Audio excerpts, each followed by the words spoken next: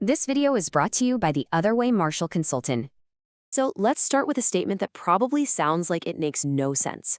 Slow down. You are moving too slow.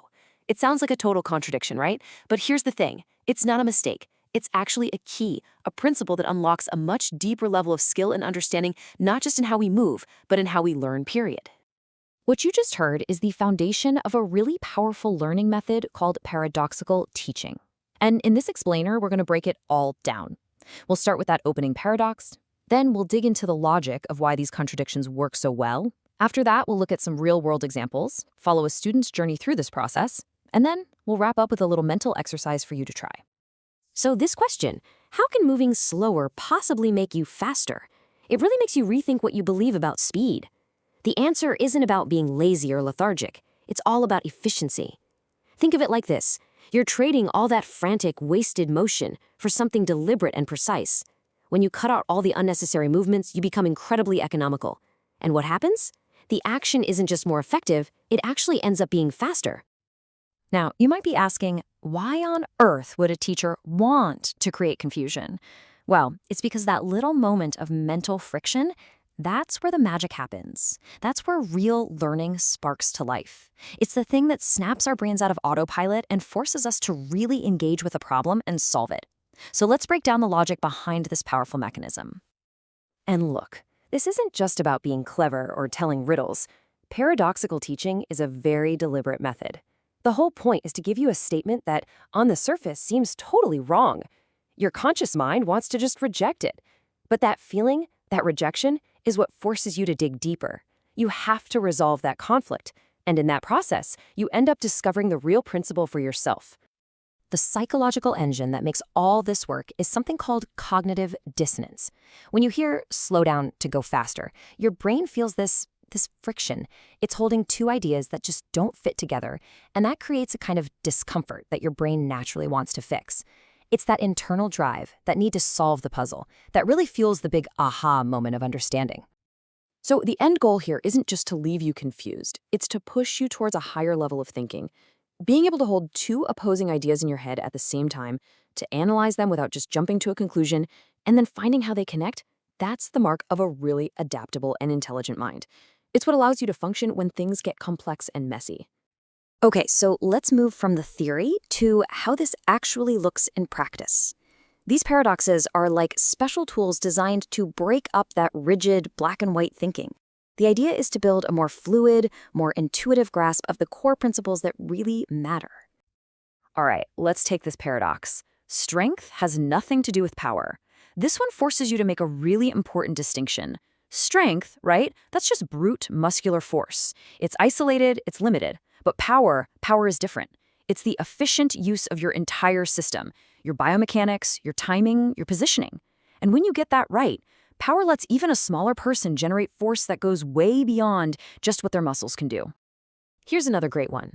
Look at nothing and see everything. This one is all about destroying tunnel vision. We all know what that feels like, right? If you fixate on one single thing, like a weapon, you become completely blind to everything else around you. So this principle teaches you to have a kind of soft, wide focus, an awareness of the whole environment, so you don't get trapped by any one detail. You're seeing the whole picture, not just one piece of it. So what's this actually feel like for the person learning? Let's be honest, it can be a demanding journey.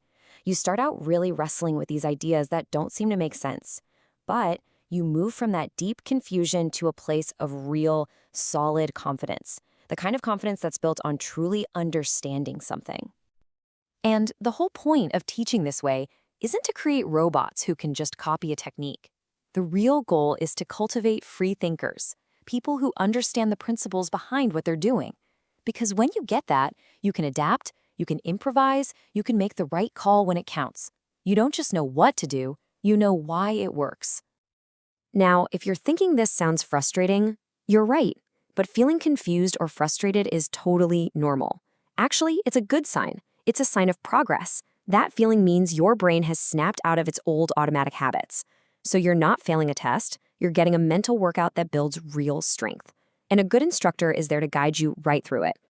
Let me tell you a quick story from the mat. An instructor took a student and carefully positioned them, aligning their joints and posture to create this perfectly stable structure. Then he gave them a really simple but incredibly hard instruction. He said, relax completely. Don't use any muscle. Just hold this position.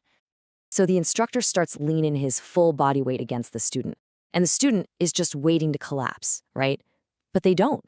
They're shocked to find that their structure is holding strong, effortlessly taking all that pressure. They weren't using muscle at all. It was just pure, aligned biomechanics. It was a moment that just completely shattered everything they thought they knew about strength. And right in that moment of discovery, the instructor hits them with the paradox that makes it all click. Learn to relax until your strength requires no effort. And just like that, the student finally felt the difference between just tensing your muscles and having true structural power. It was a lesson they learned with their body in a way words could never explain. To learn more about how these principles apply to personal safety and to see our full range of training options, visit The Other Way Martial Consulting at theotherway.biz. Okay, now it's your turn. Let's engage with this process directly. We're going to do a little mental exercise to take one of these paradoxical statements and really turn it into something you can use. So think about this one. To control your opponent, you must first give them control. Now, that goes against every instinct we have, doesn't it? Our gut tells us to grab control and never let go. So first, what's your immediate reaction? Your logical brain is probably screaming that this is wrong. Giving up control in a conflict? That sounds dangerous, maybe even counterproductive. And that's okay. Acknowledging that resistance, that's the first step. Okay, now let's dig for that deeper truth. How could this possibly be true? Think about it strategically. What if you give your opponent the illusion of control? That way, you can lead their momentum exactly where you want it to go. You could bait them into doing something predictable. You could even pretend to be weak to create the perfect opening. See? You're controlling them by managing the choices they think they're making. And this idea goes way beyond just physical conflict. Think about a negotiation. You might give up a small point on purpose to guide the conversation towards what you really want. Or in a debate, you might agree with part of your opponent's argument to build some trust right before you deliver your decisive counter-argument. It's all about giving a little to gain a whole lot more. This whole process, it's like a mental forge. You're using the heat of that confusion and the hammer of your own critical thinking to shape a mind that's way more resilient and adaptable. That discomfort you feel, it isn't an obstacle. It's the very thing that makes the change happen.